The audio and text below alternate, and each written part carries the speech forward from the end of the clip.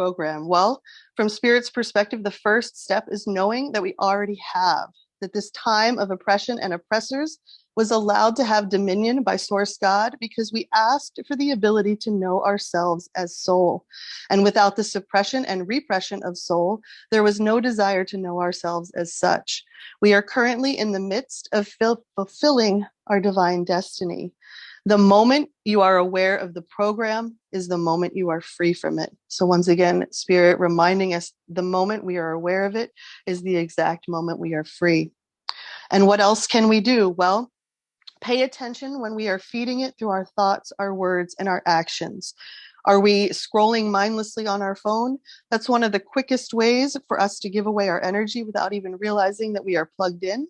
And this is a conscious decision instead to pick up the phone and scroll for enjoyment. This holds a much higher frequency than if we are using it to distract.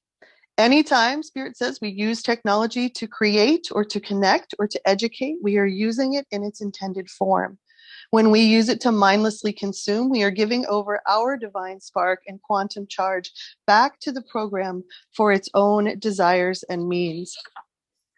So we're encouraged to be aware that these tentacles invade and permeate all structures on our planet across the globe: the news media, religion, government, the military-industrial complex, the entertainment industry, large activism movements, or what Spirit calls the false light movements.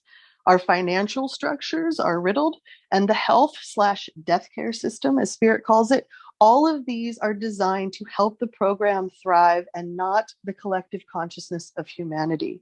So we have to recognize our part in this and consciously unplug. We're encouraged to eat organic foods or foods that are close to the earth or which bring your body alive and make you sing. You know, when the body just is like, man, like, thank you so much for feeding me that. More of that from Spirit's perspective. Using natural cleaning products in our homes, finding ways every day to stay grounded, especially if we can connect with nature. And then the next line was connect with nature. It is you. And so Spirit always encouraging us over and over again that the fastest way to remember who we are is to get outside, to observe our screen time habits for ourselves and our children, and to modify as needed so that we are not, quote, feeding the beast. To enjoy our fresh water and to infuse it with joy, peace, love, wisdom, knowing that the program of water is divine and it far exceeds any fourth dimensional, quote, tomfoolery. To be aware of any movements that rise up out of nowhere. So these false light movements that want all of our attention, our time, our money, as these are distractions and psychological inversions of the truth. We instead we're supposed to ask Spirit to guide our heart and our actions, and then we will know where our true activism should take place. So this is really allowing ourselves to be led. And to notice anywhere the government or powers that were are changing language or definitions in the dictionary, that this is particularly important from Spirit's perspective whenever the word is changed and offers us many clues and codes to some nefarious plans. To remember that this is affecting us from all sides and all angles. It's in our food, our water, it's being sprayed in our air. And while this overlay is powerfully harmful to us when we are in a low vibration, it can do no damage to us at all when we are keeping our physical bodies clear, our minds free, and our spirits high.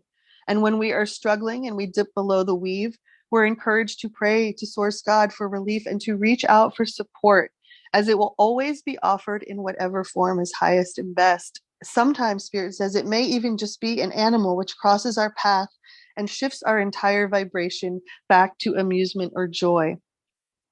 To notice as well any place that the program is attempting to break up the family unit by shifting parental rights to the rights of the state. This is a big one to pay attention to because in the program, there is no such thing as a parent.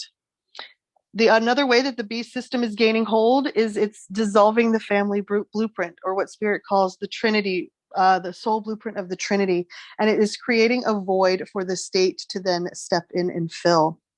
To beware, once again, false light movements that are preying on the good intentions and righteousness of others, to do your research more deeply, to notice the focus on hypersexuality, especially within our youth, and know that it is decreasing true connection and intimacy, as well as the sacredness of true sexual power and its innate connection to the divine spark.